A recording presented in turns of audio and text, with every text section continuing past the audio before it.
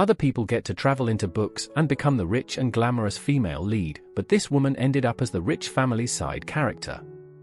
Ji Shui was originally a powerful and decisive matriarch in the Jin dynasty. She was fearless and smart, taking down bandits effortlessly with a flick of her iron fan. Just as she was about to flash her pure gold hairpin and blind the bandits, she suddenly felt a calling from a hidden book she had secretly kept for years. In the blink of an eye, she found herself as the eldest daughter of the Xinyang group. Unfortunately, this woman was just a side character in a rich family. She had to hold back her temper while explaining her time travel situation to a baffled doctor, making her frustrated and the doctor suspicious of her sanity. But none of this could defeat her. She even had a soft spot for lonely warriors in strange places. When she heard over the phone that her brother-in-law had caused trouble again, she was far from surprised. Dealing with his messes was just another headache on top of her own. The chaos of such a ridiculous family was something only the super-rich could manage. Just as quickly, Ji Shui, in her sexy high heels, jumped from the 88th floor. Before the doctor could react, she was already on the streets, facing a brand new world and an unfamiliar body. She carefully navigated through the previous owner's memories. This body belonged to the eldest daughter of the Xinyang group, who shared the same name as her. Spoiled and domineering from a young age, she had orchestrated a scandalous affair with the president of the Yang family, which the media had widely publicized. Sadly, even though she married into the wealthy Yang family, she had no real power and was often looked down upon. Just when she needed him most, the Yang family president vanished shortly after their wedding, leaving her with a new kind of chaos. This is why girls shouldn't be blinded by love. The Yang family was now facing internal and external threats, and she was unfortunate enough to land in the middle of this mess, replacing this unruly heiress and becoming the center of the storm. As Ji Shui was lost in her thoughts, her phone suddenly buzzed with a message, "Mrs. Yang, where are you? The fourth young master has gotten into trouble again, and we can't handle it." She put her phone down, reflecting on her 10 years with the Sheng family. She could strategize in court and dominate the battlefield, but she hadn't expected the Yang family to be such a mess. The guy in question even looked like a wannabe rapper. With no way back, she decided to make the best of her situation and fix this family. Time to whip these useless people into shape. As the car screeched to a halt outside the police station, Ji Shui made a dramatic entrance. At the station, she used her sharp gaze to lock onto the driver, quickly yanking his belt off, ready to deal with her troublesome brother-in-law. Inside the police station, the place looked like a bad cosplay convention. Yang Wenbo lounged around, waiting to be bailed out, shocked to see his formerly fierce sister here to rescue him. He doubted she deserved to be his sister-in-law, thinking she was just putting on a show. As they argued, she brandished the belt, ready for an intense and polite conversation. Ji Shui, once a formidable woman from the past, now faced disrespect from her brother-in-law. She was determined to reclaim what was hers. She advanced towards her brother-in-law. He panicked, "Sister-in-law, what are you doing?" At that critical moment, a blonde guy stepped in. He was Jiang, the third young master of the Jiang family, and the reason Ji Shui had to come to the police station. As Jiang taunted Yang Wenbo, Ji Shui stepped up to defend her family, declaring, "I'm his sister-in-law, and I'm not afraid to take you on. Do you know who I am?" Jiang looked unimpressed, but he soon realized he was dealing with a tough opponent. Ji Shui exposed all of Jiang's misdeeds. During the conversation, she then had a bright idea and decided to take Jiang home too. After that, the eldest sister-in-law decided to take these two troublemakers with her. In his mind, Jiang thought, why not? Let's go and see who's afraid of who. The three of them sat in the car, with Ji Shui next to the blonde guy. She thought to herself that Sheng family members were already on the battlefield at this age, but these kids' attitudes were easy to fix. Her brother-in-law was grumbling in the front seat. Suddenly, Yang Wenbo noticed through the rearview mirror that the blonde guy was staring at Ji Shui's legs. Furious, Yang Wenbo yelled for the driver to stop the car and demanded to switch seats with Ji Shui. She shouted, "Is this how you talk to your sister-in-law? Yang Wenbo was not happy and told his sister-in-law to sit in the front. Jiang Jing, the blonde guy, muttered, "What's the big deal? I was just looking at her legs. What's your problem?" He thought. Mind your own business. Both guys looked irritated and stared out the windows after their argument. Just as they arrived at the Yang mansion, a maid rushed over and said, "Madam, where have you been? Miss Jiang is here, you should go see her."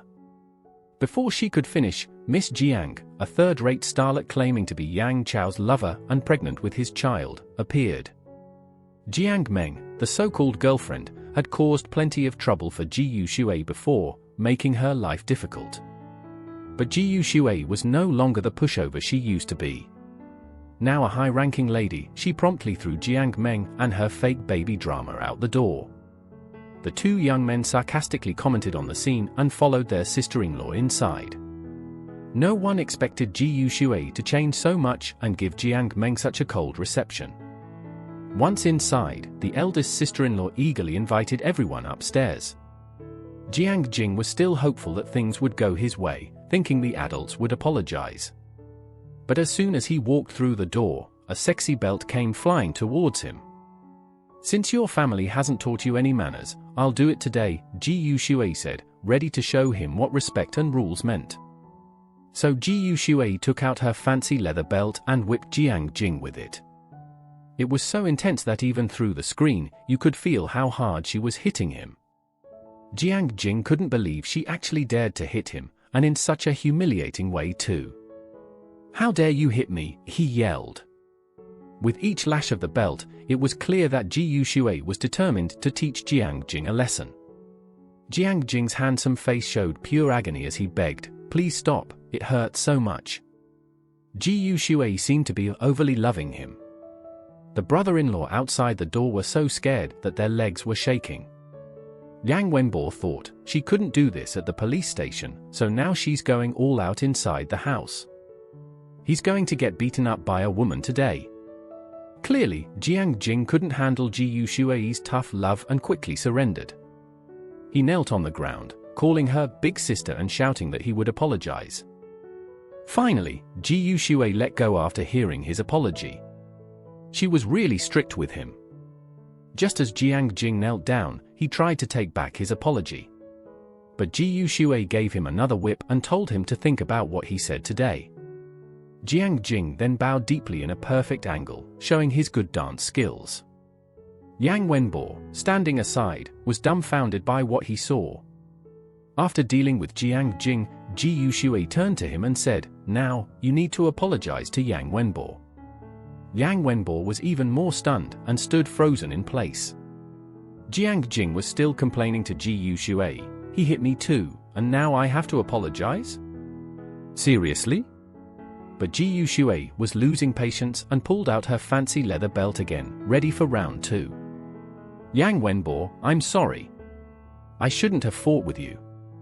I won't bring up the Yang family at the next party." Yang Wenbo, who was actually a proud little guy, acted like he didn't care, but deep down he didn't want him talking about these things. "Can I leave now that everything's settled? If I don't leave, I might get whipped again," Jiang Jing thought. With Ji Yushui's permission, he limped away as fast as he could. Ji Yushui thought to herself, "Next time, I'll do some cosplay." Now, only Yang Wenbo was left standing there, thinking, is she standing up for me? This feels weird. Just as he finished his thought, the familiar sound of the belt whipped across his 48-pack abs. "Oh. Ji Yushui, what are you doing? I hit him because he was disrespecting the Yang family, but why are you hitting me?" For a moment, Ji Yushui was at a loss for words. She suddenly missed her own family. "You fought because you're a Yang family member, but you handled it poorly and embarrassed the family," she said after a brief pause, then regained her authoritative tone. Ji Yushui's sultry demeanor turned into a stern lesson. "It's one thing to lose, but it's even worse to fight knowing you can't win. You're embarrassing yourself," she said, leaving Yang Wenbo speechless. She then threw down the belt and walked off, ignoring Yang Wenbo. "Are you done hitting me?" he asked. "Yes," she replied. "Hitting outsiders is to intimidate them, but family is different." Yang Wenbo realized Ji Yushui was protective of her own. He wanted to play more of this thrilling game with his sister-in-law, but knew he'd have to wait until next time. Right now, he needed to treat his fresh wounds. Meanwhile, Mrs. Jiang Meng was clutching her chest in fear. "Mrs. Yang, I'm not feeling well today. Let's talk some other time." Jiang Meng ran out of the Yang family without looking back, thinking, is this woman crazy? She's nothing like the timid person I knew before. I need to tell him right away. She hurried to her car and called someone. Jiang Meng, shaking, said into the phone, "It's not going well. That person is Cao Jiayin. I told you, Jiang Mingchang is a good friend of Yang Chao, and if Yang Chao is missing, she will definitely come, and Jian Rui will come with her." Hearing Jian Rui's name, Jiang Meng started to panic and sweat heavily. What should I do? The Jian family is powerful in the entertainment industry. If your wife Jian Rui finds out I'm pregnant with your child, she will destroy me. And the baby in her belly isn't even Yang Chao's, it's Cao Jiayin's. A threatening voice came from the other end of the line. "If you can't keep this child, don't expect a penny from me." Jiang Meng was worried about framing Yang Chao with this child. If Yang Chao comes back alive, my situation will be worse than offending Jian Rui.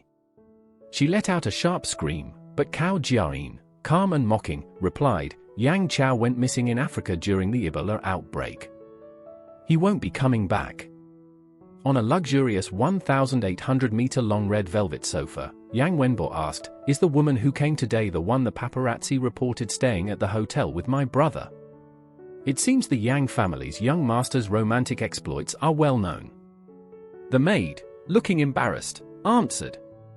The fourth young master of the Yang family thought to himself, "My brother has been missing for half a month, and that bogus scandal happened 3 months ago. Why bring it up now? Why is she showing up at our door with a huge belly?" Just then, the butler jumped in to address them. The young master's wife instructed the butler to take care of it.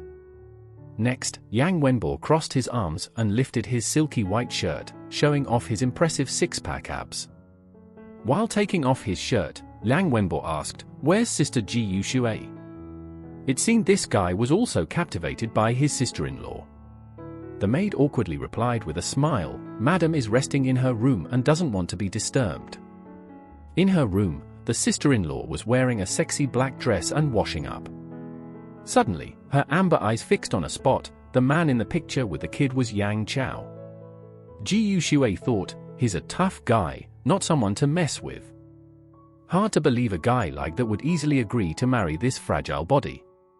But according to the typical domineering CEO love story, he'll probably meet the main female character, Yu Xiao Xiao, during his disappearance, quickly fall in love, and when he returns from Africa, he'll bring her back too, kicking this secondary female character and her divorce papers out of the picture.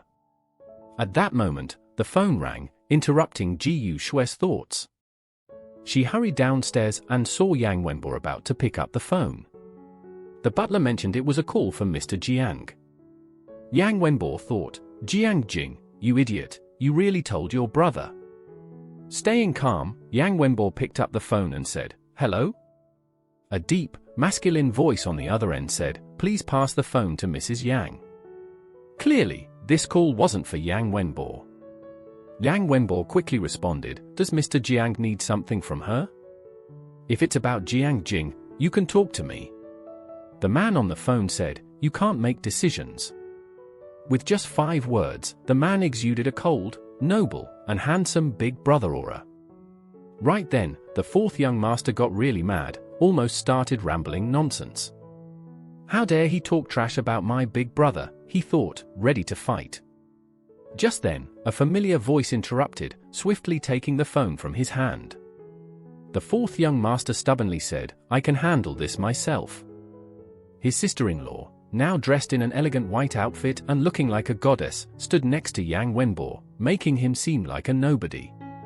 She grabbed Yang Wenbo's hand, took the phone with her other hand, and Yang Wenbo blushed. Ji Yushui calmly answered the phone. "This is Ji Yushui speaking." Meanwhile, the second young master of the Jiang family, lounging on a sofa with a cigarette, said, "Mrs. Yang, hitting Jiang Jing clearly disrespects our family. I need to visit in person. On the phone, Ji Yuxue simply replied, "Fine, I'll be waiting." Her calm, mysterious, and mature vibe was unmistakable. She hung up, thinking, what a bunch of losers, all after me. At the Jiang family home, the butler asked, "Second young master, are you really going to visit the Yang family?" The second young master thought, if I don't go now, I might never get another chance. He put out his cigarette and said, "I'm heading to the Yang family at 3 p.m. He smiled, part charming, part cool, and added, with Yang Chao out of the picture, it's the perfect time to visit. This guy wasn't just visiting, he was obviously after Ji Yuxue. Little did he know, Yang Wenbo and Ji Yuxue were having a serious conversation. Yang Wenbo angrily asked, "Why did you take the call? Aren't you afraid of trouble?" Yang Wenbo tugged on Ji Yuxue's bracelet, looking her straight in the eye. "So, you just want to take that hit for me?" he asked. She replied calmly, "It's good that you understand family hierarchy and want to protect your family, but some things are too much for kids to handle. Leave it to the adults." Yang Wenbo's cheeks turned a bit red. "Who's a kid? Who's an adult? You're only in your 20s. Ji Yuxue took a moment to compose herself and asked, "Have you had breakfast?" She quickly pulled her hand away. Yang Wenbo, a bit embarrassed and annoyed, muttered, "Not yet." Just like that, the two of them started eating breakfast. While they ate, Ji Yuxue said, "When I hit him, I knew what would happen. You should plan before you act. Next time you face trouble, handle it like this. You're proving to be a different kind of sister-in-law, uniting the family." Yang Wenbo shot back. Ji Yuxue continue, "Jiang's second son is in charge now. Him getting involved in small matters like this shows he's very interested in brother Yang's disappearance." This hit home for Yang Wenbo, who quickly asked, "Aren't you worried he'll target our family while my brother is away? He can't take down the Yang family, but he might try to mess with us. You need to be more cautious. Your brother is amazing, but the whole business empire doesn't rely on just one person. If he's smart, he's building a strong team to keep things running even when he's gone," Ji Yuxue replied. She wiped her mouth and said, "So, these aren't things for us to worry about." Just then, the doorbell rang. Jiang's second son was here, right in time for the showdown.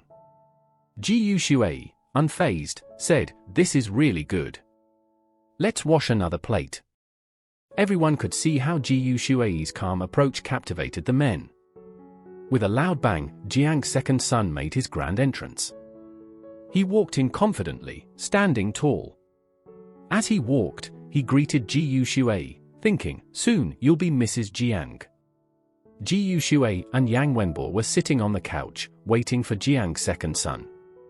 When he arrived, Ji Yuxue calmly asked, "Mr. Jiang, are you here to stand up for Jiang Jing?" Jiang's second son replied, "We need an explanation." He touched his own chin and with a calm gaze said, "How can we let it go when someone from the Jiang family gets hit by someone from the Yang family?" Ji Yuxue retorted, "And what about when your Jiang family hits someone from the Yang family? What should we do about that?" Jiang's second son thought for a moment and asked, "So, what do you want, Mrs. Yang?" Ji Yuxue replied, "An eye for an eye, so I hit him." Before Jiang's second son could react, Ji Yuxue beckoned Yang Wenbo with a little finger. Yang Wenbo obediently came over like a puppy. Ji Yuxue touched Yang Wenbo's wound and said to Jiang's second son, "Mr. Jiang, your brother caused this." Yang Wenbo looked smug, feeling empowered. "Does your family think they can bully the Yang family?" Ji Yuxue said seriously. Jiang's second son tried to dismiss it as kids' play. It's just kids fighting. Why make it a big deal with adults getting involved? Ji Yuxue firmly responded, "I hit Jiang Jing for Yang Wenbao. If you're not happy, you can hit me back for Jiang Jing. It's only fair." She added with a smile, "No time like the present, Mr. Jiang. Let's settle this now." She smiled, showing her white teeth. Jiang's second son started to panic and said, "I don't fight with women." Jiang's second son, realizing he'd lost face in front of Ji Yushui, stood up and said, "Since Jiang Jing started it, let's just drop it." Ji Yushui looked displeased and responded, "Mr. Jiang, do you think you can just walk all over the Yang family?" Jiang's second son smiled slyly and said, "So what do you want, Mrs. Yang?" He moved closer, clearly trying to take advantage of the situation. Ji Yushui grabbed the front of Jiang's shirt and pulled him closer until they were almost nose to nose. The butler, worried, said, "Mrs. Yang, what are you doing?" Mr. Jiang already backed down. "Do you want to fight him now?" The butler's panic only highlighted his lack of resolve compared to Ji Yushui's boldness. Ji Yushui released Jiang's second son and started to fiddle with a button on his shirt, eventually pulling it off. She said, "Consider this an apology gift for your brother's actions." She waved the button around, making Jiang's second son blush and tug at his tie. "All right then, we're even. I'll take my leave," he said, flustered from the encounter. Just as he thought he could escape, Ji Yushui stopped him again, saying, "Wait, take some freshly washed strawberries with you. They're really sweet. You can't leave empty-handed." As Jiang's second son walked out, his assistant driving the car commented, "Mr. Jiang, Mrs. Yang isn't what the rumors say. She's smart but pretty domineering." At this point, Mr. Jiang stood there, staring blankly in one direction while holding a box filled with strawberries. He was eating a strawberry and thinking about how weird Mrs. Yang was, especially when she licked her finger. "That's so gross." He continued eating and licking his fingers, thinking to himself, "These strawberries are pretty sweet. I wonder if Mrs. Yang is even sweeter." The scene then shifted to a film set, where the crew was whispering among themselves. 3 days ago, at 1 a.m., while they were shooting a night scene, Yang Ji suddenly disappeared from the set and was out of the security camera's view, making the director very anxious. The director and his assistant were discussing how hard it was to find him, pointing at the security footage. The director was getting frustrated, rubbing his nose bridge, and asking his assistant why they still couldn't reach him. The assistant, equally stressed, said they'd searched everywhere but couldn't find him. On the brink of a breakdown, the director told his assistant to keep looking, insisting that they had to find him. He was panicking and pulling at his thinning hair, saying that if Mr. Yang's family member went missing from the set, it would be a disaster. Yang Ji was truly a handful. Not only did he cause trouble for his sister-in-law at home, but now he was also troubling the director on set.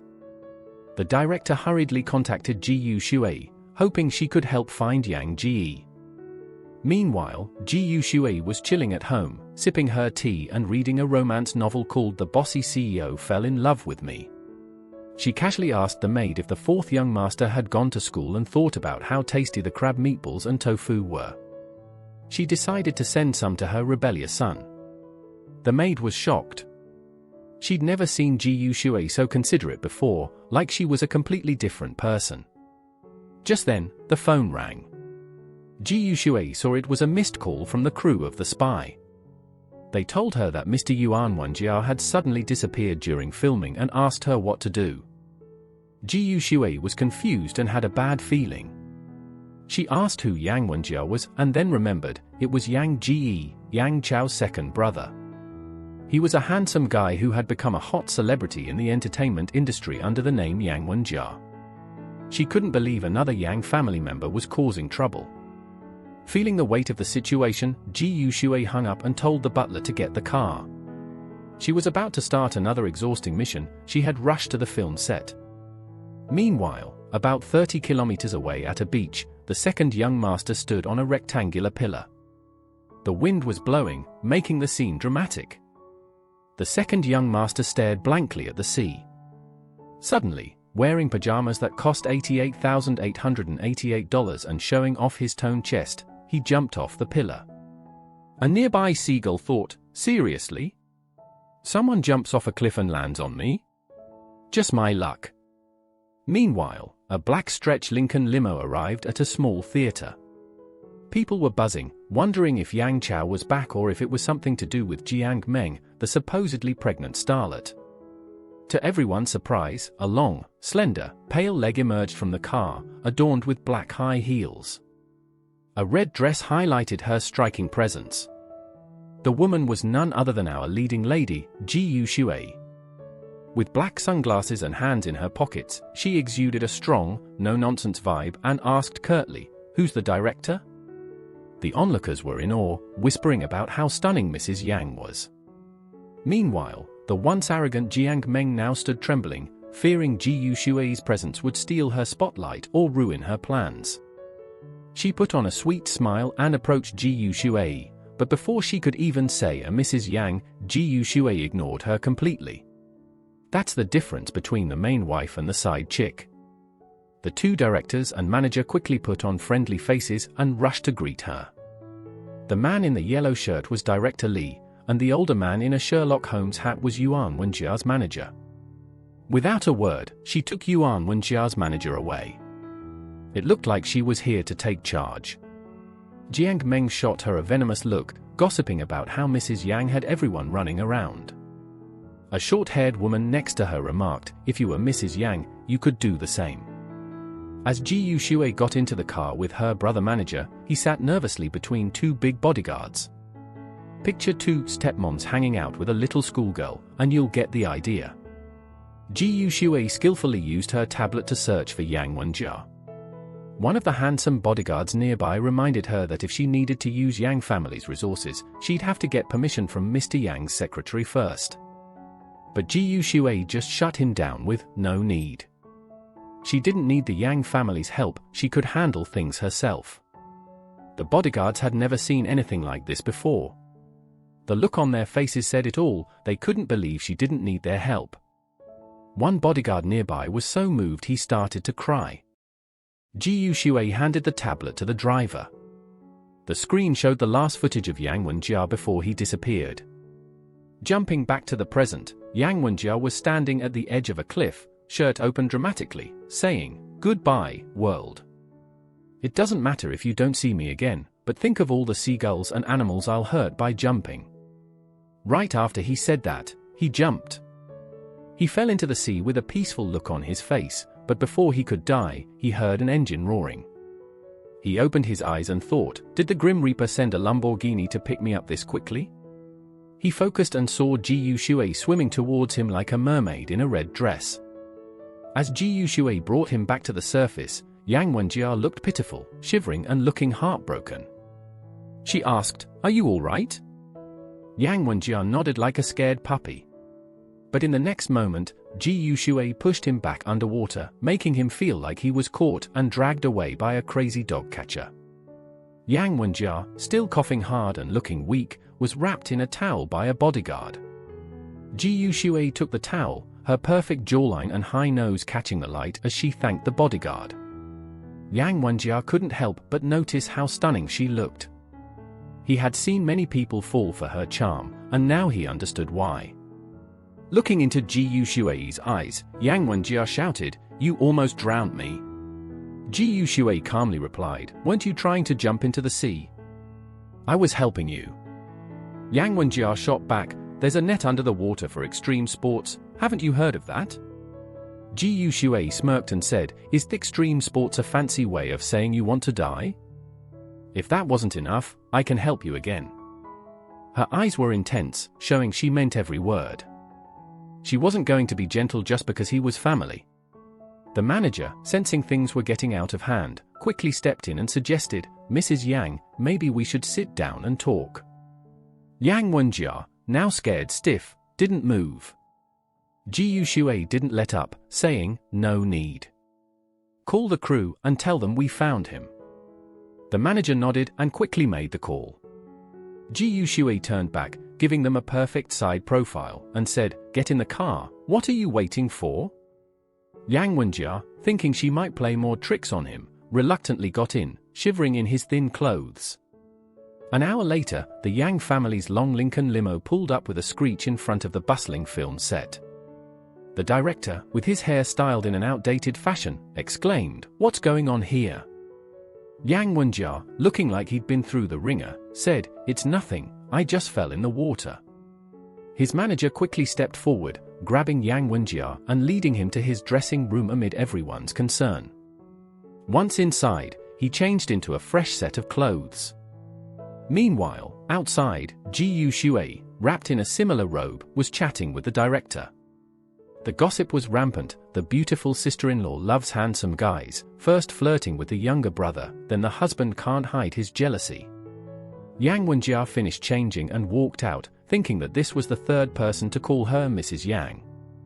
So, she really was the legendary sister-in-law, Ji Shui. He called out her name, Ji Shui. She turned and replied, "Call me sister-in-law?" This kid really didn't know his place.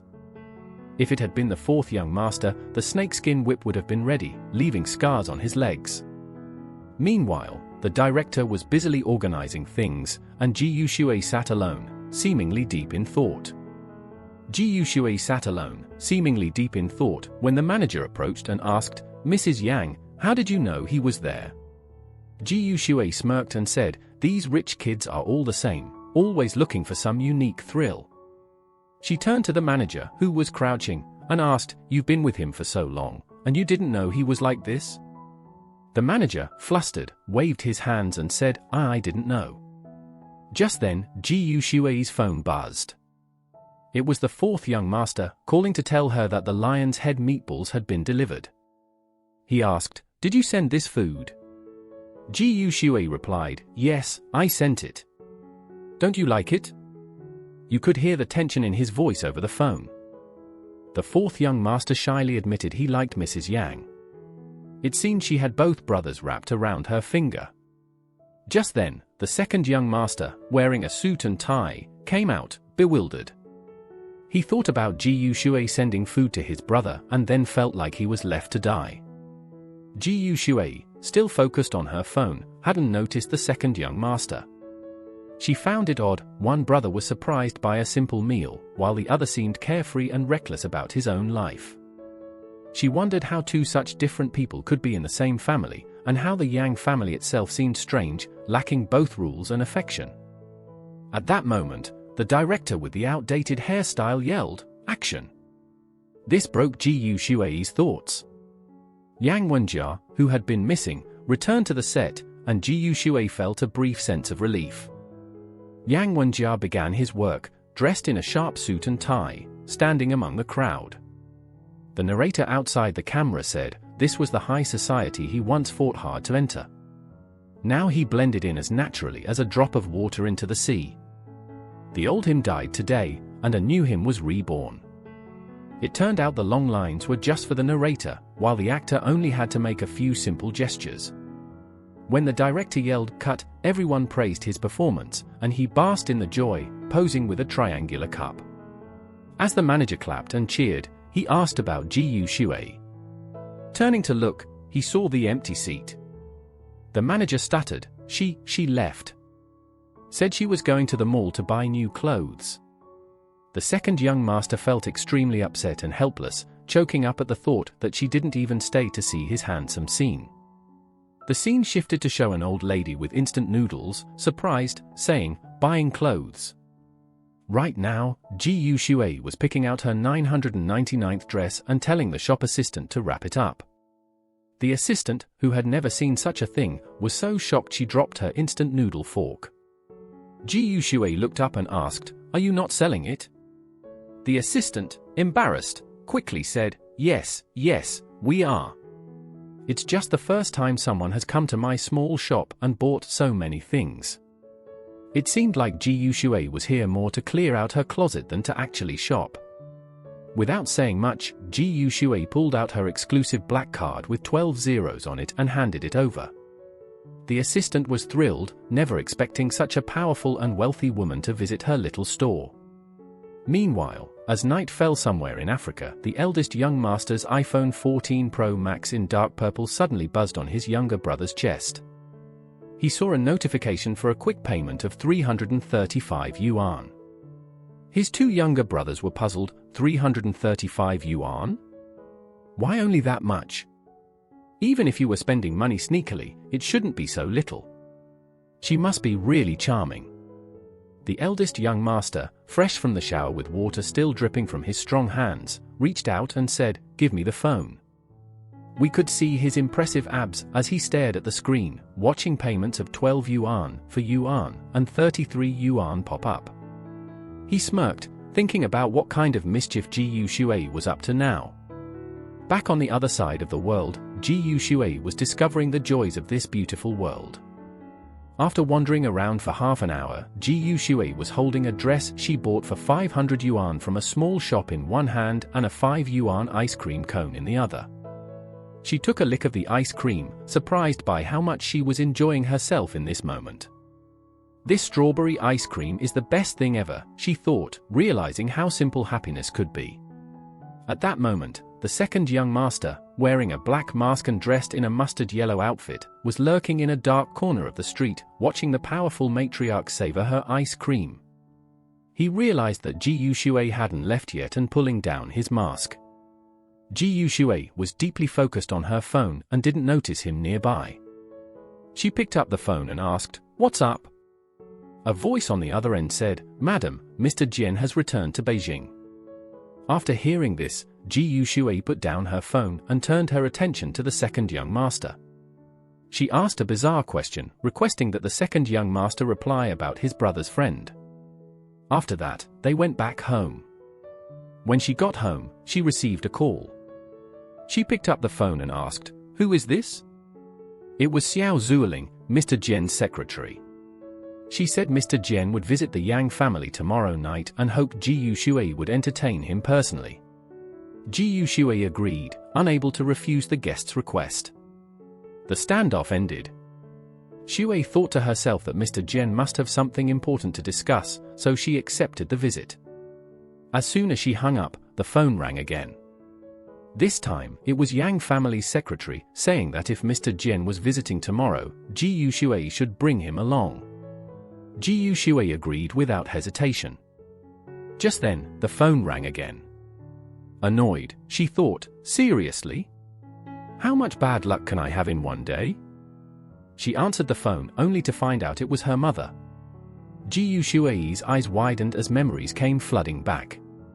Her father, Ji Shueming, had made his fortune by selling educational materials, which is how their family became wealthy. Ji Shueming's second wife, Zhongxin, was a stay-at-home mom. Ji Shui felt like a puppet under her parents' control, only a tool for their ambitions and wealth. She realized Mr. Jian's visit tomorrow was an attempt to get a share of their fortune. Her father claimed he was worried she couldn't handle it alone and offered to help, but Shui wasn't buying it. She cut her mother off mid-sentence and hung up. Everyone was anxious about Mr. Jian's arrival, sensing it would be a tough day. Shui prepared herself mentally and told her staff to hang up any incoming calls. Just then, the door opened, and her younger brother walked in with a lunchbox. Noticing the tense atmosphere, he asked if something was wrong. Shui, not wanting him to worry, kept it from him and asked if he had eaten. Yang Wenbo, who often blushed at the mention of food, shyly thanked her, while the second brother watched everything. After her younger brother went upstairs, he ran into his second brother, who asked if the lunchbox was from their sister-in-law. The younger brother, cold and indifferent, just said yeah and walked away. Suspicious, the second brother asked why their sister-in-law was suddenly trying to be nice. The younger brother, not wanting to get into it, shrugged it off and went to his room. The second brother was puzzled by his lack of reaction, wondering why he accepted her kindness so easily.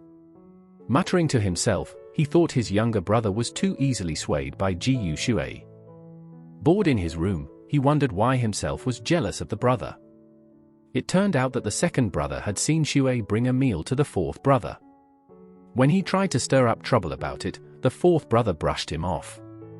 Lying on his bed, staring at the ceiling, he thought, "I'm like an insignificant ant. She saved me, but she can't even spare me a glance." The second brother grew more upset, noticing that even at home, Shui seemed to care more about Yang Wenbo than him. He didn't realize he was becoming dependent on her and could only think about competing with Yang Wenbo for her attention. Meanwhile, at the train station, Jian Changming's niece, Jian Rui, and her friend, Cao Jiaye, were there to pick him up. As soon as Jian Changming arrived, he didn't even stop to rest but headed straight to the Yang family home. Jian Rui, curious, asked, "I've never met Ji Shui. What's she like?" Jian Changming, a neat and serious man with short hair and glasses, replied, "She's not a pleasant person," and set off for the Yang family. At the Yang family, Shui's parents were stopped at the gate. Her father shouted, "Mrs. Yang is my daughter." But the guards had strict orders to let no one in except Mr. Jian, especially not her parents.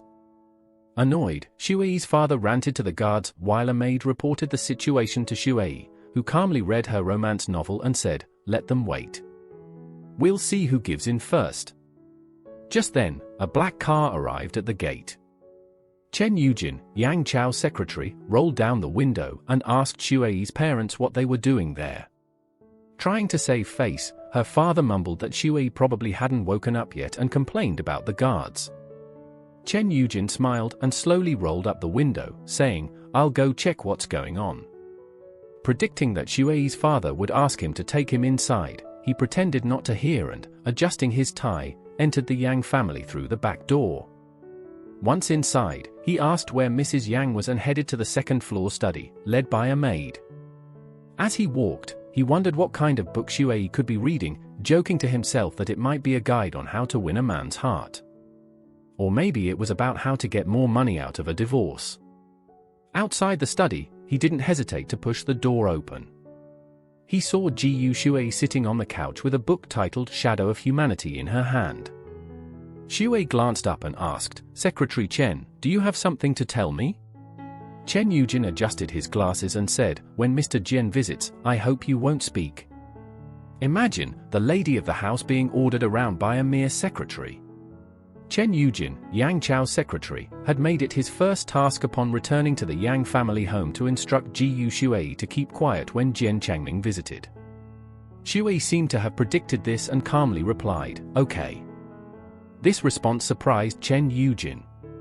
He didn't expect Shui to agree without any fuss. Just then, a servant came to inform them that Jian Rui had arrived. Curious, Shui asked who Jian Rui was. The secretary explained she was Mr. Jian's niece. Shui looked unfazed and continued reading her book. Chen Yujin, surprised, asked, "Aren't you going to get up to greet her?" Shui adjusted her position on the couch and replied, "With Yang Chao not home, as the lady of the house, I shouldn't lower myself. Don't forget who's in charge here." Chen Yujin awkwardly smiled. Secretaries sure think a lot, their minds are always calculating. Ji Shui was acting unexpectedly today. Just then, Jian Rui pushed the door open. Seeing her, Shui was reminded of her past life. There seemed to be an inexplicable connection between them. Keeping her composure, Shui said, "Miss Jian, please have a seat. Coffee or tea?" Jian Rui, straightforward and taking a dominant stance on the couch, tried to extract some information from Shui by first saying that Jian Changming had gone to the Yang Corporation building and was waiting for Chen Yujin there. Chen Yujin adjusted her glasses and said, "What a coincidence," but didn't move an inch. Seeing no way to get rid of Chen Yujin, Jian Rui shifted her focus to Ji Shui. "Mrs. Yang, you look well," she said, implying that while her husband was dealing with the Ebola outbreak in Africa, Shui was here leisurely reading and drinking tea, not looking like a concerned wife at all. It felt like another battleground, with people saying Ji Shui was just a useless pretty face, too scared to meet people without Chairman Yang Chao by her side. But Ji Shui didn't back down. Calmly, she said, "Yeah, I've been sleeping great, eating well, especially enjoying strawberries." She pushed a plate of strawberries toward Jian Rui and asked, "Want to try some?" Chen Yujin glanced at Ji Shui, wondering if she really didn't catch the sarcasm or if she was pretending not to. Yet, with just a few simple words, Ji Shui dodged Jian Rui's verbal jab. Jian Rui, feeling temporarily defeated, switched to a friendly mode. "Thanks, I'll try one." Internally, though, she was baffled, thinking, what's going on? How can she be so nice, even offering strawberries to her rival? Just then, Ji Shui ended her battles with Jian Rui and told Chen Yujin to get moving. The situation was already delicate, so Secretary Chen couldn't stick around with them any longer. As Chen Yujin was about to leave, Ji Yushui announced she would join as well, shocking both of them. It was as if Ji Yushui was silently declaring, "You're no match for me, Jian Rui. I never saw you as a real opponent." Jian Rui realized she couldn't keep up with Ji Yushui's game and tried to stall her. But Ji Yushui turned to the second young master and said, "Wen Jio, take good care of our guest." This left Jian Rui no chance to recover. The second young master, confused, pointed at himself. "Hey, me? All right, all right." Jian Rui thought, wow, she even got the hardest person to deal with on her side. Wen Jio, straightening his clothes, decided to follow his sister-in-law's orders. He turned to Jian Rui, "You sit here. I'll go get some tea." Jian Rui was stunned, unable to respond, as the second young master blocked her path. Ji Yushui and the secretary walked down the stairs together. The secretary couldn't help but notice that not only had the second young master's attitude towards Ji Yushui changed, but even the house staff were treating her with newfound respect. It was like she had become a completely different person. Cut to them sitting side by side in the backseat of a car. The secretary started by mentioning that not long ago, the fourth young master and Jiang Jing from the Jiang family got into a fight and ended up at the police station. He added that Mr. Jiang had shown up at their place. Ji Yushui, remaining calm, asked, "Did Mr. Jiang come to complain to you?" The secretary quickly explained that Mr. Jiang cared too much about his reputation to complain to him. Before the secretary could finish, Ji Yushui grabbed him by the collar and pulled him close. The secretary was stunned as Ji Yushui asked calmly, "Are you scared?" She then released her grip and said, "That's how I handle it. The same way I handle you is how I'll handle Mr. Jiang." The secretary adjusted his collar, realizing that with Ji Yushui's looks and confidence, few could resist her. He even worried for his boss, thinking, if she gets this close to Mr. Jiang, our boss might have a problem on her hands. When they arrived, the sound of Ji Yushui's heels echoed as they made their way to the office. The secretary informed her that the famous Mr. Jian was waiting on the 10th floor. As they walked through the company, employees greeted the secretary with respect but ignored Ji Yushui. The secretary decided to formally introduce her to everyone. The other employees quickly bowed and greeted Ji Yushui. She responded with a charming and confident look, acknowledging each one. Soon, the group entered the elevator, and Mr. Jian was informed that they were on their way. When the elevator doors opened with a ding, the striking pair stepped out. Despite standing next to the tall secretary, Ji Yushui's presence was commanding. As they approached, she extended her hand to shake Mr. Jian's.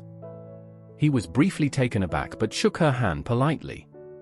Once seated, Mr. Jian started by saying that the people from the Jian family had already arrived in Niger, a region known for terrorist activity. They hadn't found Yang Chao yet but had some leads suggesting he might have moved to Mali. Mr. Jian gave a detailed account of Yang Chan's movements. The secretary smiled in acknowledgement, and Mr. Jian nodded in agreement. It seemed like there was an unspoken understanding between Mr. Jian and the secretary. Suddenly, Mr. Jian looked at Ji Yushui and said, "I think I've underestimated you." Ji Yushui thought, "What's going on? Why is he staring at me like this? Do we have some kind of history?" She didn't realize she was Yang Chao's wife, so she remained indifferent when Mr. Jian talked about Yang Chao. The secretary chimed in, saying that Yang family's search team was also looking for him in Africa and that given Yang Chao's skills, he should be safe. Their job was to manage things back home. Mr. Jian then asked, "Do you know about Baoxing?" The mention of Baoxing suddenly jogged Ji Yushui's memory. Baoxing was one of Yang family's subsidiaries. Despite being the CEO's wife, she hadn't realized her connection with the company or her husband. The secretary and Mr. Jian continued their discussion about Baoxing. Mr. Jian mentioned that his role in fixing the mess was limited. The secretary then commented that Baoxing's losses were significant but manageable for the Yang family, although they brought considerable risk. Yeah. Ideally, other big companies should share this kind of risk. Mr. Jian thought about it and figured the Jiang and Song families could help. The secretary didn't respond and continued, after all, the Yang family's roots are overseas. Mr. Jian started doubting himself, thinking the Jiang family's Jianga and the Song family's Songjing didn't quite fit with the Yang family's plan, and now wasn't the right time to bring in overseas help. The secretary noticed and smiled, so please, Mr. Jian, help stall for time until Yang Chao returns. Meanwhile, Ji Shui was thinking about the losses from Baoxing. It wasn't a big deal, but Chen Yujin seemed really worried and didn't want to involve overseas companies, only asking the Jian family for help. This showed how tricky the situation was. Ji Shui had learned that the Jian family had some connections with special government projects. In her mind, she thought about the dynamics between the Guan, Jian, Yang, Jiang, and Song families. She had dealt with similar situations in her past life, so she decided to use that experience to try something new. Not everything has to be done by men, after all. Mr. Jian and the secretary finished their conversation and noticed Ji Shui lost in thought. He asked, "Mrs. Yang, do you have any questions?" Ji Shui didn't answer. Mr. Jian, puzzled, asked again, "Don't you want to know more about Yang family's situation?" Ji Shui denied it with wide, innocent eyes, leaving Mr. Jian disappointed. He thought about Yang family's uncertain fate and felt she wasn't fulfilling her duty as a wife. Chen Yujin sensed the tension and quickly suggested, "How about I have someone take Mrs. Yang home?" Ji Shui, without saying a word, started to leave under Mr. Jian's silent gaze. Mr. Jian looked away, deep in thought. As Ji Shui was walking out, she suddenly stopped and turned back to Mr. Jian. "I believe he will come back alive," she said. Mr. Jian was stunned, but then smiled warmly. "Yes, he definitely will." After leaving the office, Ji Shui followed Chen Yujin, who asked what she was doing. Ji Shui secretly handed him a note she had just written. Their fingers touched, and Chen Yujin's heart raced loudly. Right after, Chen Yujin tried to shake off his thoughts, watching Ji Shui's figure fade away. "I just told her not to talk too much, but I didn't mean for her to not speak at all," he muttered to himself. Then he opened the note she had given him. Instantly, his face turned bright red. The note read, "Secretary Chen, your pants are wet from the tea." This awkward moment was noticed by Mr. Jian, who started to imagine all sorts of things. Was there something going on between Ji Shui and Chen Yujin? After the meeting with Mr. Jian, Ji Shui returned home and immediately asked the second young master to explain the relationships between the elite families. The second young master skeptically asked, "What's the point of understanding these connections? Can it change anything?" Ji Shui, looking serious, replied, "These things are crucial and can't be ignored." Then she called the young master of the Jiang family, inviting him to her mansion in a few days. Listening to the pleasant voice on the other end, the Jiang young master remembered the recent strawberry incident that the reporters had spread. If he agreed to meet Ji Shui, the rumor would be confirmed. But then he recalled how sweet that strawberry was. Wondering what trick Ji Shui might be planning this time, Jiang young master eagerly accepted the invitation. Meanwhile, the second young master was curious about how Ji Shui got so familiar with Jiang young master and why she invited him alone. Ji Shui glanced over and said that the dinner would include many prominent families, except for the Feng and Song families. "If anyone asks, there's no need to explain," she added. After sorting out everything, Ji Shui casually asked if the fourth young master had received the food she sent over. Meanwhile, the second young master felt incredibly conflicted. Then Ji Shui decided to go on a shopping spree with Mrs. Xia, which made the second young master feel extremely unbalanced. He said, "Really? You're just going to ditch me after getting what you needed?" Jealous and bitter, the second young master continued, "My brother is missing, and you're just going to go shopping without a care?" But Ji Shui didn't expect that. She brought up his extreme sports hobby. "Your brother is missing, yet you still find time to play extreme sports?" The second young master wanted to argue, but Ji Shui cut him off, saying, "I should have held you under the water longer back then." She then provocatively asked, "What, are you worried some tabloid reporter will catch me?" This question suddenly made the second young master realize that Ji Shui was trying to create an illusion of normalcy for the public. This party was part of her plan. With a dramatic turn, Ji Shui left, leaving the second young master deep in thought about her true intentions.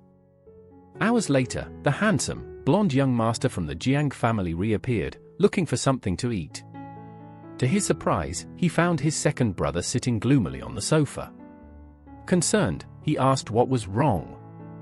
He had heard that everyone in high society was invited to the party, except for the Feng and Song families. The Jiang young master was secretly sulking, feeling bitter. He realized he was just being used by Ji Shui to make a point. Meanwhile, Ji Shui was calmly sitting on the sofa reading a book, waiting for her fake sister from a powerful family to arrive. Xia Taiyuan, now part of high society and accepted by this fashionable circle, often acted humble in front of Ji Shui. As soon as Mrs. Xia entered, she confidently stood in front of Ji Shui, holding her arm as if she were at home, and asked, "You're not wearing makeup?" Mrs. Xia still thought Ji Shui was upset over the news that Jiang Meng was pregnant with Yang Chao's child, but Ji Shui was just being lazy. Plus, those rumors were fake. They immediately got up and went shopping. While Ji Shui was on a shopping spree, somewhere in Africa, a card was swiped with large amounts each time, making the assistants think the card might have been stolen because of the sudden surge in spending. Yang Chao remained calm, thinking Ji Shui was back to normal, and then turned his attention to the war situation. Mrs. Xia was starting to worry about Ji Shui's excessive spending and tried to advise her, but Ji Shui was unfazed, pointing at the luxury items and demanding, "Pack all these up. I want them all." Feeling refreshed after the shopping spree, Ji Shui noticed Mrs. Xia hadn't bought anything. Mrs. Xia, speechless, replied, "You bought everything. What else could I get?" Ji Shui made some polite remarks and then left with her entourage, leaving Mrs. Xia standing alone, bewildered. Meanwhile, at school, the fourth young master looked at the lunchbox and was still thinking about how convincing Ji Shui's act was. His friend started teasing him, saying it must feel great to have someone care so much. They were all planning to ditch class and go have fun, and the fourth young master, always ready for action, waved his hand and said, "What's there to discuss? Let's go have some fun." As soon as he left, his phone started ringing. Ji Shui called, asking why he wasn't coming home. He thought she'd scold him when she heard he was going out, but instead, she asked, "That sounds fun. Can I come too?" The fourth young master thought about the party, which was just rich kids and models. He decided to cancel his plans, shocking his friends. Annoyed, he said, "What's the point of going? I'm heading home." At home, news about Ji Shui's shopping spree went viral, and her looks were hotly debated. The second young master, a die-hard fan, used over 100 fake accounts to defend her against the haters. Just after he finished arguing online, the fourth young master came home, threw his backpack on the couch, and ignored a call. The second young master, understanding what was up, commented, "It's all because of her." Annoyed, the fourth young master asked why he wasn't on set. The second young master said he just wanted to stay home. Both the second and fourth young masters stayed home for Ji Shui, and now they were starting to compete for her attention. This tension made the atmosphere icy. As Ji Shui clattered down the stairs, they looked away, and she invited them to eat together. At the dinner table, Ji Shui, wearing a low-cut white nightgown, cheerfully raised her glass for a toast. The fourth young master brought up the party again, and Ji Shui insisted that the party had to happen. Before Ji Shui could finish speaking, the fourth young master anxiously asked, "Is everything ready?" Ji Shui, showing off her boss-like demeanor, said she had already left it all to her secretary. The fourth young master was shocked that the secretary would agree to such a crazy plan from Ji Shui. He tried to protest, but Ji Shui calmly replied, "You should trust me, just like your second brother does." Meanwhile, the second young master was silently fuming, feeling unfairly dragged into the conversation.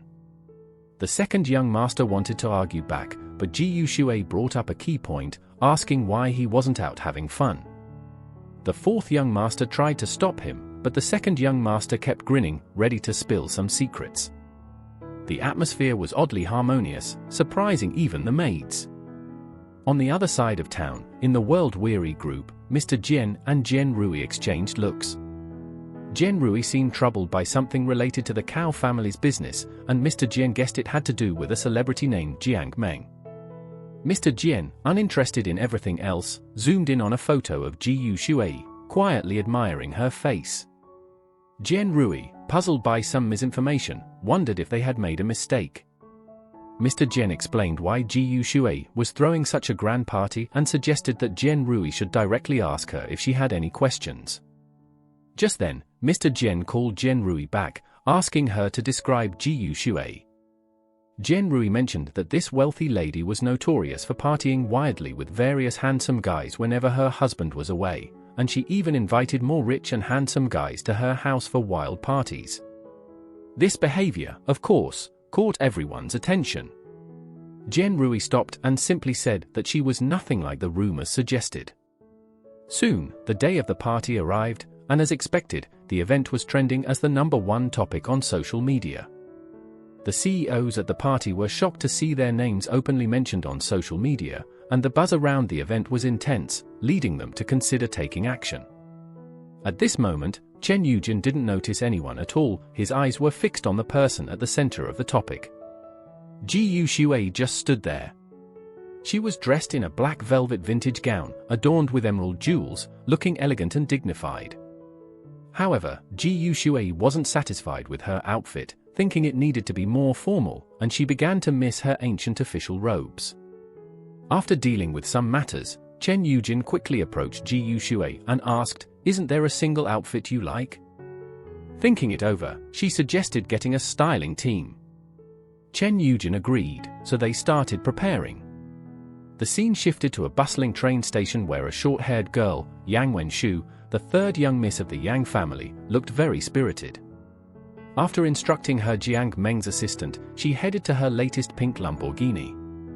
She drove to her studio, where Jiang Meng, with her team, discussed preparations for the Yang family's banquet with her. Jiang Meng mentioned that this issue needed to be resolved, and she returned to the country for this reason, right? Yang Wenshu agreed. Then, Jiang Meng's assistant mentioned that their designer wouldn't lend them any dresses, so she hoped Yang Wenshu could help find another designer. Yang Wenshu's indifferent attitude made it clear she had no interest in helping. After angrily dismissing Yang Wenshu, she called Cao Jiaye, hoping he could assist since Yang Wenshu wouldn't. She wanted him to help clear the negative comments about Jiang Meng on Weibo.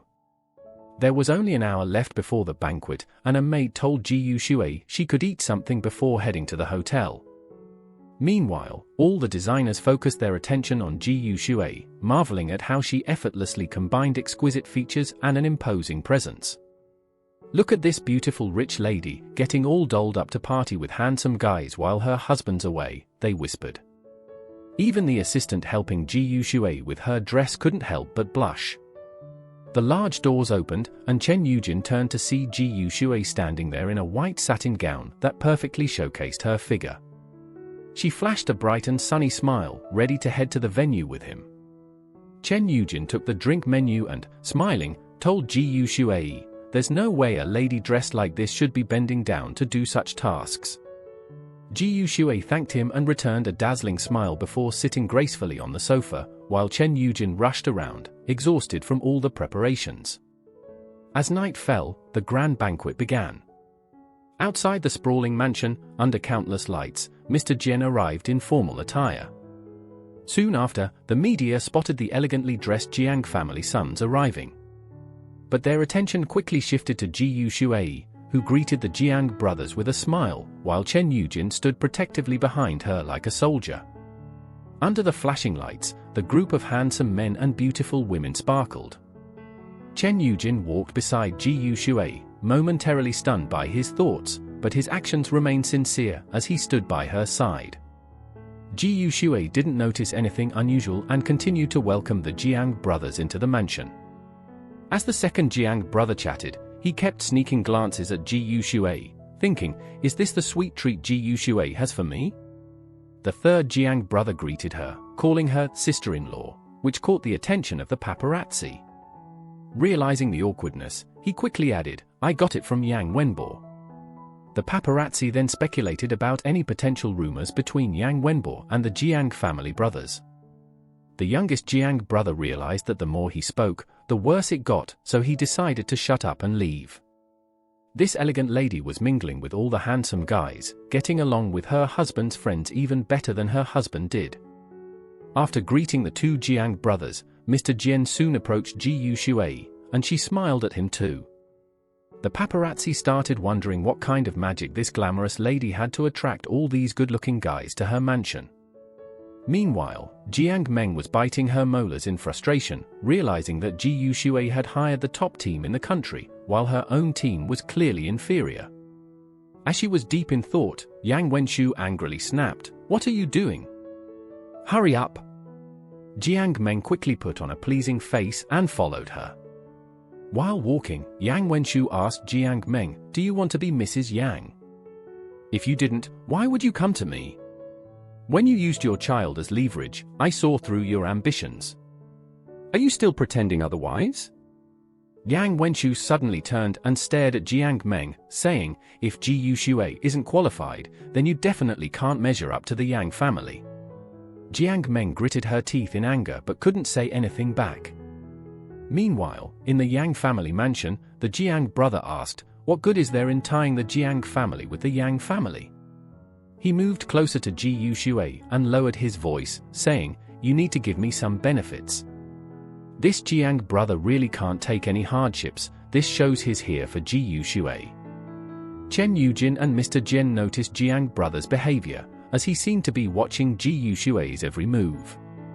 The second Jiang brother noticed their stares, pretended not to see, and continued talking with Ji Shui.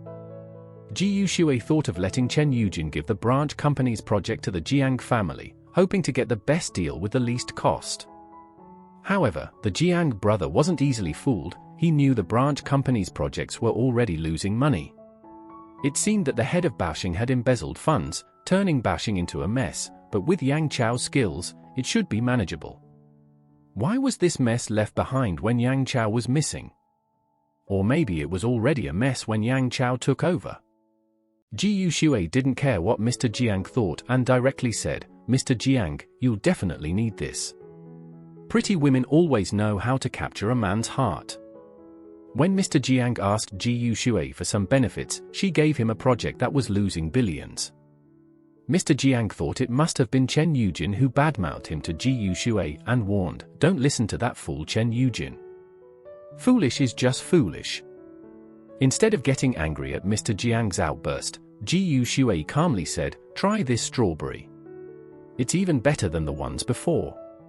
She picked up a strawberry, and as Mr. Jiang swallowed hard, watching it come close to his lips, Chen Yujin rushed over to save his boss's dignity, interrupting the conversation with Mr. Jian. Mr. Jian, seeing some juicy drama, decided to join Chen Yujin. Together, they broke up the intimate moment between Mr. Jiang and Ji Shui. Mr. Jiang looked annoyed, and as the four of them talked, they heard a loud female voice. Turning around, they saw Yang Wenshu gritting her teeth, wanting to talk to Ji Shui alone. Although they were less than 2 meters apart, it felt like there was a mountain between them. The guests around started whispering about the drama between the two.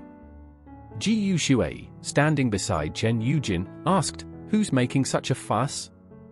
Yang Wenshu, furious, said, "Don't pretend you don't know me." Chen Yujin quietly reminded her that it was Yang Wenshu, the third miss of the Yang family. Seeing the tension, Yang Wenshu wondered when Chen Yujin started siding with Ji Shui. After learning who she was, Ji Shui confidently responded, "I thought she was some rude girl with no manners, daring to call me by my name without any respect." The guests were amazed by how Ji Shui's few words left Yang Wenshu speechless. Jiang Meng, standing nearby, was shocked and thought, "Wow, she even dared to insult Yang Wenshu."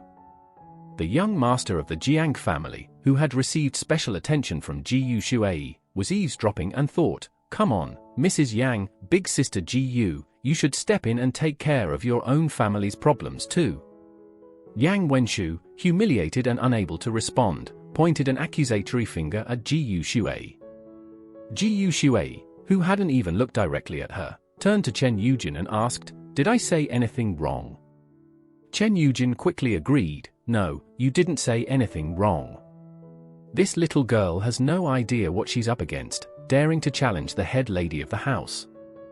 You just taught her a small lesson and she's already speechless." Ji Shui exuded a powerful aura as she walked towards Yang Wenshu. With each step Ji Shui took forward, Yang Wenshu took a step back. Ji Shui teased, "You're quite foolish, aren't you?" Chen Yujin thought, "Wow, she used the exact words I was thinking. We're really on the same wavelength." Yang Wenshu looked suspiciously at Ji Shui and the people behind her, feeling like they were all brainwashed. Ji Shui stared her down with sharp eyes, then turned and said, "Come with me." Ji Shui led Yang Wenshu to an empty area, swiped a card, and they both sat on the sofa. Ji Shui looked down at Yang Wenshu and said, "You're not the only one who's angry. I'm angry too." Yang Wenshu turned away. "Who cares if you're angry or not?" The tension was thick in the air. Ji Shui struck back, "I can't believe you're even worse than Yang Wenbo." Hearing herself compared to Yang Wenbo made Yang Wenshu even angrier. She wanted to argue, but Ji Shui interrupted her and said, "I don't care if you genuinely like this family or if you're just here for the status and benefits it brings. Right now, your actions are bringing shame to the family. But if you understand this, there's still hope for you." Yang Wenshu laughed and retorted, "Haven't you ever brought shame to the Yang family?" Ji Shui replied, "When I make mistakes, people will say it's because the Ji family didn't raise me well. But you're part of the Yang family. What you do directly shames the Yang family." Yang Wenshu, still speechless but not backing down, said that the issue with Jiang Meng needed to be resolved. "If she's carrying my brother's child and if my brother dies out there, that child is his only legacy," she argued. Ji Shui found this little girl quite interesting and rested her chin on her hand, asking, "I've never seen you care about your brother this much before. Why now?" Yang Wenshu, getting more emotional, stated she didn't care about her sister-in-law and actually disliked imposters. "But the child is the most important," she emphasized. Ji Shui tilted her head, pretending to be thankful. "So, should I thank you for that?" she asked, catching Yang Wenshu off guard. Ji Shui continued, "Thanks for disliking Jiang Meng even more than I do." Just a moment ago they were arguing fiercely, and now Yang Wenshu's face turned bright red from the unexpected compliment. Yang Wenshu, still flustered, stammered, "I wasn't trying to compliment you. You don't get it, so I'll just say it directly. Only my brother's genes are worthy of inheriting the Yang family's legacy. The Yang family has too much at stake and needs someone with superior genes. That's why this child is so important." Hearing this, Ji Shui felt exasperated. She looked at the teary-eyed Yang Wenshu and said, "You really are a bit dumber than your brother." Ji Shui stood up and explained, "Everyone's genes are different. Some people are born ordinary, while others are born geniuses. But you need to understand that stupidity can be fixed." She gently lifted Yang Wenshu's face and wiped her tears, saying, "Try to shine and be productive. It's better than wallowing in self-pity and making endless mistakes." After this, Ji Shui turned and walked out, leaving Yang Wenshu to think things over. Ji Shui closed the door behind her, where Chen Yujin was waiting outside. She gave Chen Yujin a bright smile and said, "I need you to do something for me." Curious, Chen Yujin leaned in, and Ji Shui, still smiling, handed him a ruthless order: cancel all of Yang Wenshu's flights for the next 3 months. "We're keeping her in the country. I trust this won't be a problem for you." Chen Yujin, encouraged by Ji Shui's confidence, knew he could handle it easily. Secretary Chen, amused by the straightforward task, readily agreed with a smile. As Ji Shui and Chen Yujin chatted, they made their way to the guest hall. She pushed open the door and stood gracefully at the entrance, raising a glass of champagne. Mingling with the wealthy guests, it was more like receiving compliments than actual small talk. Inwardly, she thought about how Yang Wenchu needed to be reined in and properly guided for a few months. However, she had gleaned some useful information from Yang Wenchu today. The girl was still too naive and transparent. As these thoughts passed through her mind, her gaze fell on young Master Jiang. She lifted her glass and looked at him, making him blush furiously. Poor guy, getting all shy and embarrassed. While young Master Jiang blushed under Ji Yushui's gaze, the secretary noticed the scene. Meanwhile, a subordinate cluelessly asked about Jiang Meng, who didn't have an invitation. Chen Yujin said, if she wasn't invited, it's easy to handle. The subordinate then noticed Chen Yujin's sly smile and cunning look. Meanwhile, Jiang Meng stood at the party, feeling out of place and receiving disdainful looks. People whispered about her with contempt. Suddenly, a voice called out above her. Miss Jiang Meng thought her savior had arrived, but when she turned around, she saw security guards asking her to leave. She protested, claiming to be a guest of the third miss, threatening to make a scene if kicked out. Security didn't hesitate, covering her mouth and dragging her away without any ceremony. Jiang Meng lamented to herself, thinking she had messed up big time and wondering how she'd face the news headlines tomorrow. She regretted her actions, wishing she had been smarter from the start. Jiang Meng felt like her life was ruined.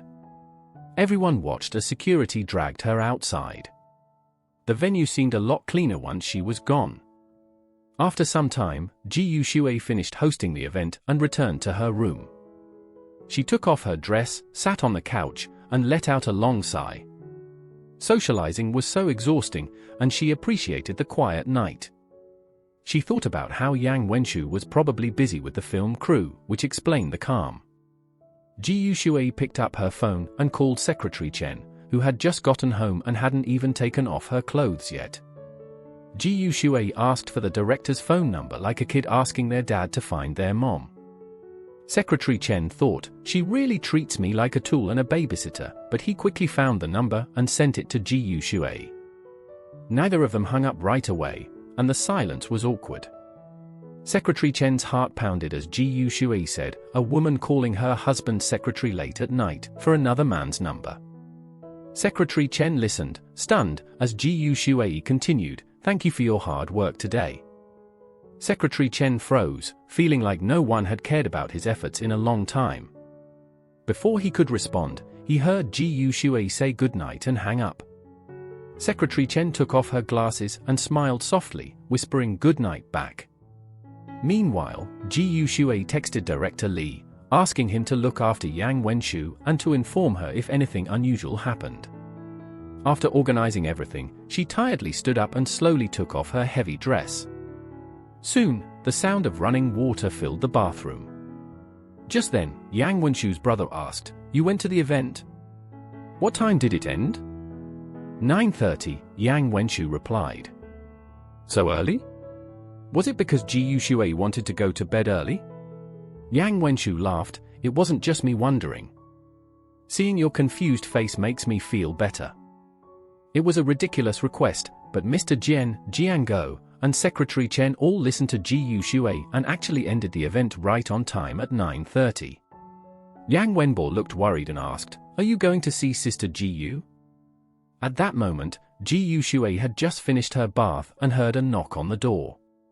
She opened it while drying her hair. Yes? What's up? She asked. Her beauty was like a fresh lotus, with water droplets still clinging to her hair. Yang Wenbo swallowed nervously, his face turning red as he quickly looked away. No, nothing. Really? I'll just go dry my hair. As Yang Wenbo turned away, he asked quietly, did the event go well? Ji Yushui replied, yes, it went very smoothly. You've become more considerate, that's progress. Yang Wenbo blushed even more, wondering if she was complimenting him. No one had ever praised him like that before. Wait a second, I need to get something, Ji Yushui said, hiding her hands behind her back. Yang Wenbo worried, thinking, she's not going to hit me with a belt again, right? Ji Yushui extended her hand. Here, this is a reward. Yang Wenbo stared at the star-shaped badge in his hand. It was the first reward he had ever received. He clutched it tightly, his face flushing with a mix of pride and shyness. Meanwhile, the actor had no focus for filming. He kept checking if there were any messages from Ji Shui or any news about her. She was stunning, elegantly dressed, with a polite smile that could charm anyone. But the sight of a post almost made Yang Wenjia explode with anger. The post said that not only did Ji Shui personally pick up Jiang, but she also gave him a strawberry to eat. Yang Wenjia fumed, he had never received a strawberry from her. The post further revealed that Jiang's younger brother once fought with Yang Wenbo, and Jiang had demanded an explanation, leaving with a big bag of strawberries. This time, Ji Shui even brought strawberries to the event. Does anyone else think this CP, couple pairing, is nice? One comment right. Some even said they should be together since Yang Chao and Jiang Meng had an affair a long time ago. Yang Wenjia reported the post, irritated by the baseless gossip. No way she likes Jiang, he thought. Back in Africa, a man struggled to fight while his wife used his credit card for a shopping spree. The constant notifications of deductions became his daily dose of sweetness amidst the chaos. Ji Shui turned into an ice cream shop, and soon her husband received an $11 deduction notification.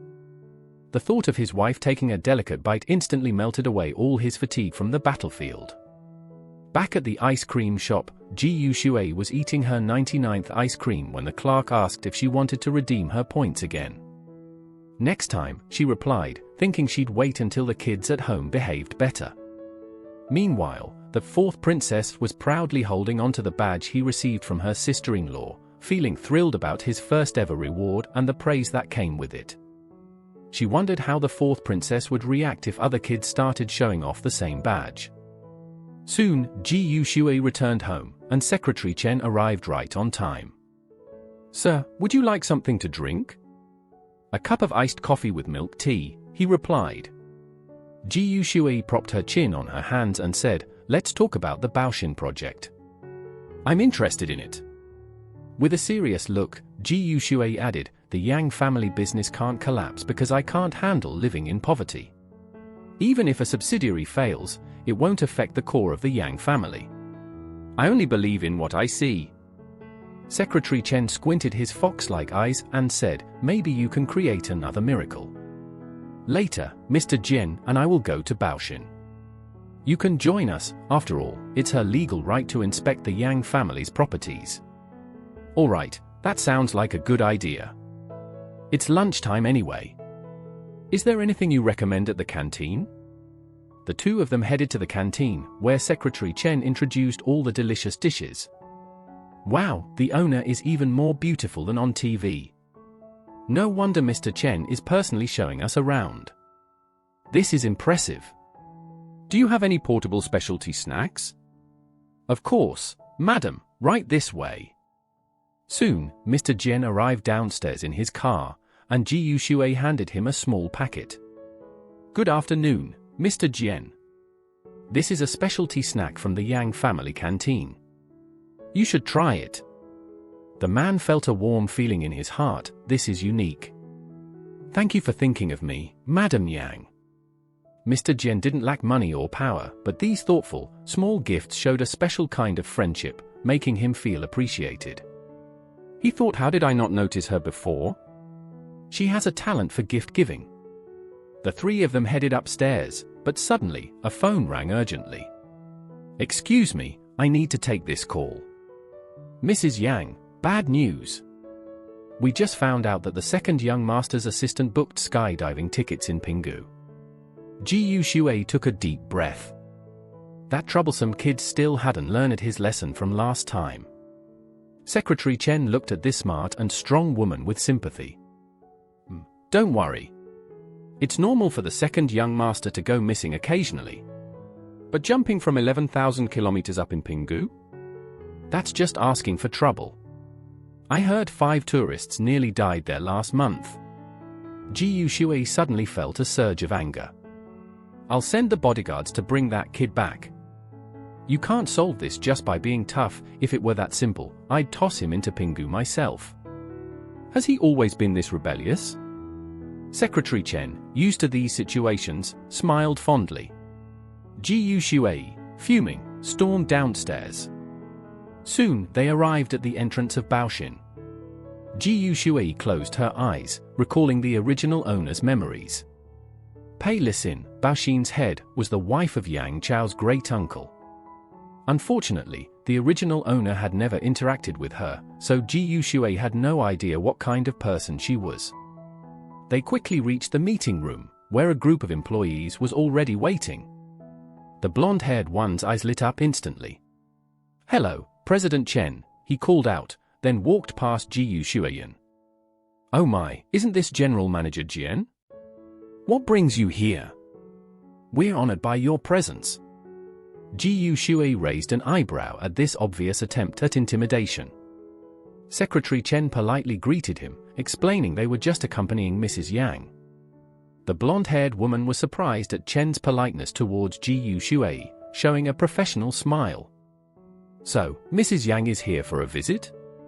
But what could Mrs. Yang possibly want to see here? We don't manufacture cosmetics, jewelry, or bags. There's nothing of interest for her here." Ji Shui's eye sharpened. "Isn't this a property of the Yang family?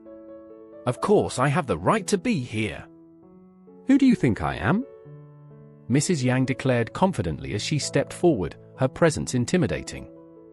The blonde-haired woman took a few steps back, visibly shaken by Ji Shui's commanding aura. "Yes, of course you have the right," she stammered, her smile becoming forced. "What can we do for you today?" "I want to see the financial records." "Bring me the ledgers," Ji Shui demanded.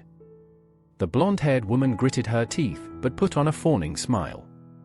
"I'm sorry, but even you can't see those without proper authorization. You could get us all in trouble." "Fine. Do you have any project plans I can look at?" she asked.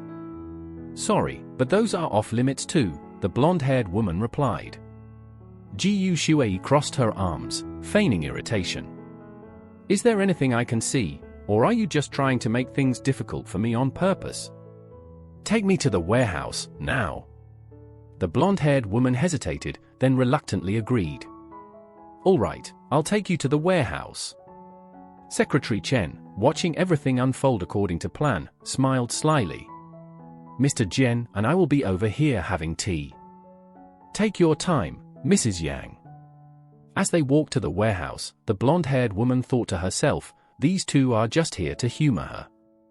I'll just show her some random stuff to get her off our backs." When they reached the warehouse, Ji Shui was taken aback by the sheer number of boxes stacked inside. It gave her a deeper understanding of how vast the Yang family's empire was. Fortunately, she had reviewed Baoshin's information beforehand and knew the company handled large government infrastructure projects, which meant there were many layers to uncover. The woman accompanying her seemed to relax a bit as Ji Shui started looking around, realizing she was only skimming the surface. This warehouse isn't off limits to Ji Shui, but it is to Secretary Chen and the inspection team. She won't be able to notice any problems or take anything away to show others, so no secrets will be exposed. "Let's go." "Done looking around already? You really are just a pretty face, probably can't even read the words on the containers, let alone know the secrets inside," the blonde-haired woman thought. Secretary Chen still had to check out the company. Secretary Chen and Mr. Jian had been annoyed by them for a long time. Now, Ji Shui's voice was like music to their ears, and they got up immediately. Ji Shui signaled Mr. Jian to stay behind. The man instantly understood the signal. "I'll cover for Mrs. Yang and make sure she's safe." Their impeccable acting quickly made the enemy drop their guard. "They're here just to take stock of Yang's assets, so no need to worry," the woman thought as she escorted them downstairs with a big smile. After saying goodbye to Mr. Jian, Secretary Chen couldn't help but remind, "That woman's not the trouble, it's the old turtle hiding behind her. If we don't deal with him, Yang family's business is done for." "Don't worry," Mrs. Yang said, not concerned at all, showing that she was as decisive as ever. "Hey, Director Li, I'm heading over now," she said enthusiastically before realizing she might be too eager. Surprisingly, Ji Shui agreed right away. Sure, she said, naturally more adorable than before. Soon, they arrived at the set. Director Lee hurried over. Mrs. Yang, you finally made it. This is the person in charge of the skydiving spot. Where will the skydiving take place? Prepare a slot for me too, I'm jumping as well. Secretary Chen grabbed her hand. Are you crazy? You can't go, it's too dangerous. The veins on his hand showed his anxiety and fear. You can't go, it's too dangerous, he repeated. Meanwhile, another person was leisurely soaking in a hot spring, looking at the skydiving alarm set for 1 a.m. The man got up slowly, quickly prepared, and eagerly boarded the helicopter. The beautiful night sky felt within reach. Indeed, Pingu's night view was more stunning than the daytime. Taking a deep breath, he said, "Coach, I'm ready." Before he could finish, a small foot kicked her out of the helicopter. The unexpected weightlessness overwhelmed his brain, and his heart raced. Ah, what the heck? Who's trying to kill me, he thought.